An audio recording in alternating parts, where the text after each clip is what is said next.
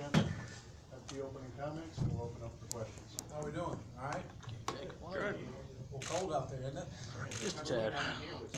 That's good. That's good. I gotta crank it up. But got two announcements today. Obviously, promoting Bryan McClendon to our offensive coordinator. He'll continue to coach receivers in his 2 years here at South Carolina. He's been outstanding. You see all the rapport that he has with our staff, with our players, how he positively affects everybody in our organization. Very easy to see that when I want to go a different direction for the bowl game. And talking to Bryan, I said, listen, I just want to be balanced. I want to dictate the tempo of the game, and I want to be aggressive. And he did all three things. He took it and ran with it. The command that he had with our staff, with our players, was outstanding. The leadership ability that he has as a coordinator and a future head coach is obvious to me. There's a reason why Georgia, you name him intern coach in the bowl game, and they win the bowl game, because the kids believe in his leadership abilities and the example he sets for young people. And I'm excited about it. I thought the biggest question obviously I have is game day. Okay, guys never called a game, so how is that going to go against the best defense we played this year? And I thought it went very well. I thought our plan was good. Obviously, in the first part of the game, we had a hard time blocking. I mean, just call it like it is. Protection in the run game. The adjustments made at halftime to change protections, which we did. More 7-man protection to get the ball vertically down the field. More quick game, and to stay with the tempo, which was affecting them defensively. And again, calm, cool, and collected throughout the entire time. I was extremely impressed with how he managed the situation and how we were able to adjust. I know that in his first game calling a game, he did a lot better than a lot of proven coordinators. I can tell you that.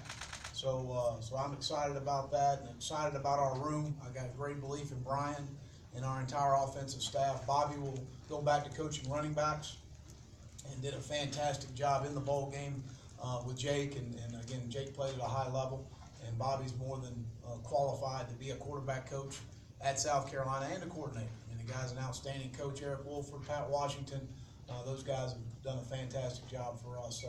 I'm going to name Dan Warner as our quarterbacks coach through this process. I talked to a lot of people, interviewed Dan one-on-one, and then I brought him to Columbia for a day of bowl practice, and he and Bryan hit it off, and I saw that this was going to be able to work. Dan's got a wealth of experience and knowledge as a play caller, as a developer of quarterbacks. I called Nick. He's presently at Alabama in an off-the-field role, and I called Nick, and nobody I've got more respect for in his opinion and how much Dan has helped their offense this year with schematically some things that are very similar to what we do, which excited me. In 2015, I was a defensive coordinator at Auburn. We played Ole Miss. Dan was the coordinator and play caller, and they had 558 yards. That didn't happen to us very often.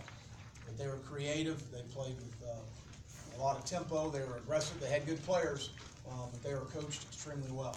And I was more than impressed with Dan. And as a coach, you always kind of have a short list of guys that impressed you, and he certainly that day did. Then you go back and look at the research and the development at the quarterback position of Bo Wallace and Chad Kelly, who set numerous records at Ole Miss, which has had some great quarterback play. You go back to Miami, he was a part of 3 national championships, coached a Heisman Trophy winner, Gino Torretta, and also a Maxwell Award winner, and Ken Dorsey. So his track record speaks for itself, his experience. I'm really excited about this combination. As a coordinator, when I was a coordinator for a lot of years at a high level, I always had sounding boards in the room, because the game plan process is how you're going to attack an offense or a defense. The situational football that always comes up or discussed through that week for game day. And there's no question that Dan's going to be an outstanding sounding board for Bryan in that room, along with another outstanding offensive staff that we have here in South Carolina.